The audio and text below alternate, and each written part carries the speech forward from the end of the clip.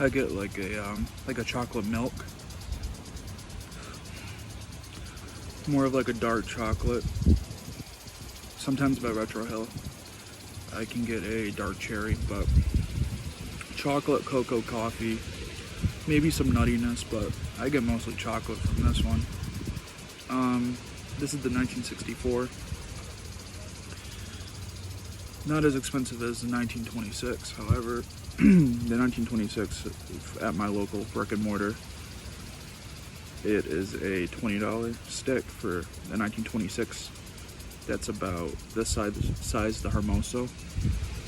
I don't know the exact number.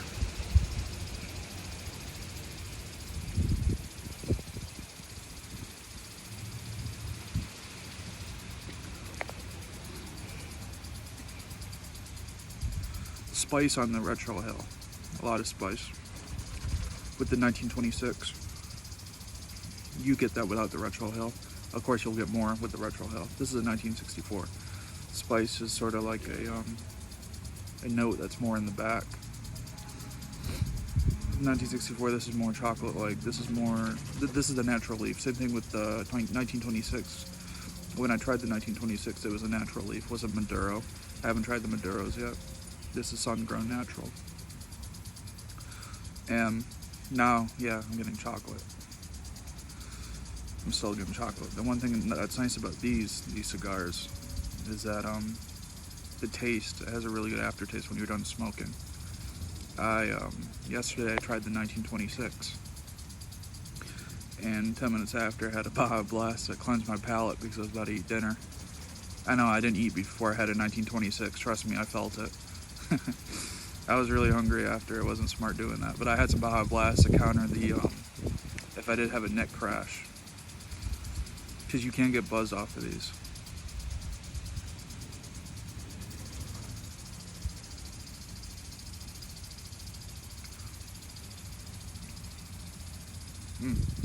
Hazelnut chocolate. But I had a Baja Blast, and even after having Baja Blast out of all drinks, I still had that spice note. I still had the spice note after drinking Baja Blast. I should tell you how strong these are. But this is a 1964. Spice isn't the big thing with these. It's more of chocolate, cocoa, coffee, nutty. It's a really strong blend. To be honest, after smoking this, I don't want to ever smoke an Arturo Fuente. Maybe if it's an Opus X, but I don't even like the Opus X that much. Maybe I had a bad one.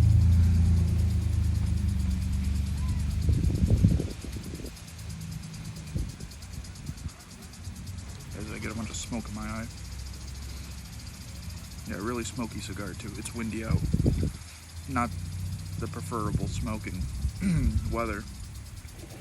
But it's a very when it's not windy, it's really smoky. I've been getting it in my eye. That's why you're supposed to, puff like that. But I think that's sort of gay. So yeah, these are fantastic little smokes, man. I'm gonna have to touch it up a bit. But you can see it's sort of canoeing, but it's not because I might be overheating it. Also, another thing with the Padrons, 1926 and 1964, especially this Hermosa, that has a very thick ring gauge. The draw is very loose, which isn't a bad thing. You just you can't puff too hard. If you puff too hard, you overheat it easily.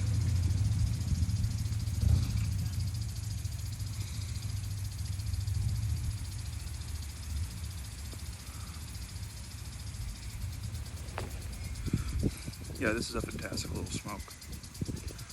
This ran me about, what was it, 15, 14, 13, around that. It was like mid-10s. The 1926. Again, I forgot the number, but it was more like a 4 to 5 incher. I believe it was a 54 ring gauge. It was thicker, like the Hermoso. That was a spice bomb. And that's not to say that it's very harsh. It wasn't harsh. It was just, these are much stronger cigars. So it's kind of hard to smoke anything else if it's not a Padron, because I don't know, when I smoke something, I want it to be in my face. I don't want it to be harsh, but I want it to be worthwhile. I want the smoke to be worthwhile, because usually I smoke after work, 7-hour shifts. I know, soft hands, right? Trust me, I used to work 12s back to back, but when I sit down here and have a smoke, I want it to be good. I don't want to be chasing notes. The Romeo y Juliet, I believe it's called the Real Reserve Magnum. I've tried that. Not a bad smoke, but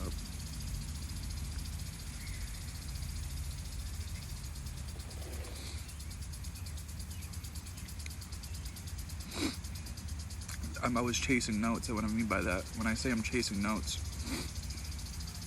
chocolate. This really is a fantastic smoke. These Padrones, there's a reason why they're known as some of the best blends and the best sticks. The Romeo y Juliet, Real Reserve Magnum, I was chasing notes. It had a smooth, creamy nuttiness. It just very light. Same thing with the Arturo Fuente series. I know they're milder cigars, but I guess my palate, I just don't prefer milder. I guess I prefer these much stronger blends. Look at that ash.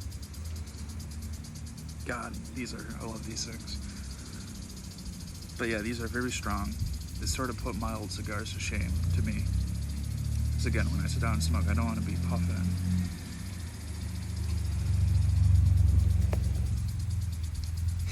As you can see, it's windy. I don't want to be puffing and trying to chase notes. I don't want to be sitting here like, I think that's what it tastes like.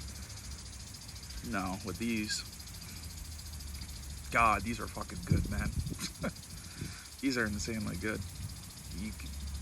Makes me smile. The first time I smoked a 1964 Hermoso, the Padron, obviously. I'm talking about Padrones here. I know I probably didn't mention it, but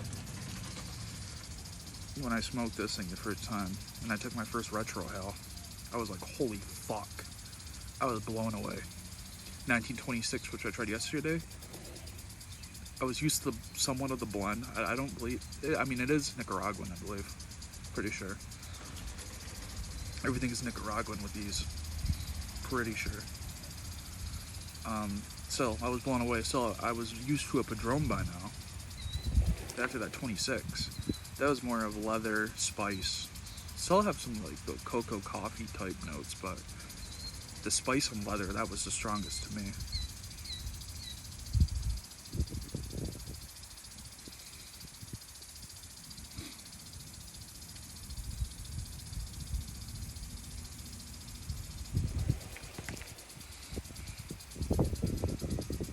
I was just blown away.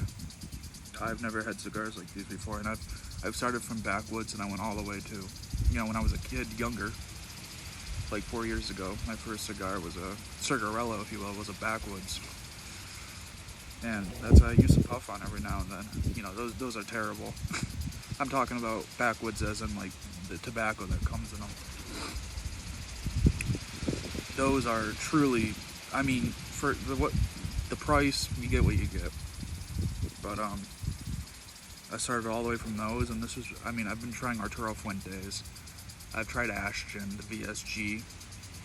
Wasn't the biggest fan of that one. I'm gonna have to try it again though. But yeah, these are insane. Again, the Arturo Fuentes, really great construction, very great everything about them, especially the taste. But they're just too mild to me now. Ever since I started smoking these a week ago.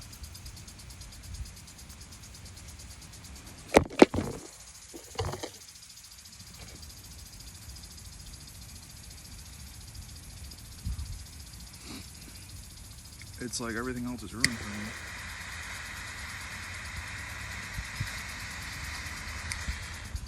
me. I guess I found my palate, man. I guess I found my stick, Oh, I'm actually not overheating this. I'm not fucking torpedoing the fucking... Yeah, I'm not torpedoing the actual fucking, the foot, so that's good. Big one, you gotta really excuse me, you really gotta watch your pace with these. Since the draw is so open, you can easily overheat these. But yeah, Padron 1964 Hermoso. I also tried I believe it's called the Exclusivo, something like that. It's thinner, a bit longer. I think it's around like a 5.5. Guts are good. I do prefer these though. These are perfect, and these also last like about an hour over, even though they're smaller, because they're much thicker. Yeah, 1964 anniversary, Padron, Hermoso, 10 out of 10, easily. The fuck. The 1926, again, don't know. It was like more Robusto size. I'm pretty sure it was a Robusto, but on Padron's website they have like number 48, number 7, shit like that. Yeah, I don't remember it, but thicker ring gauge like this, Robusto size, excellent cigars. I mean, wow. So yeah, I recommend these 110%. I mean, I'm newer to cigars. I've only been smoking real cigars for a year now, but you know, my cigar journey started with backwoods. Now I'm smoking Padrones. It's an awesome hobby, especially learning about them, the history, and smoking them, especially beautifully constructed cigars like these.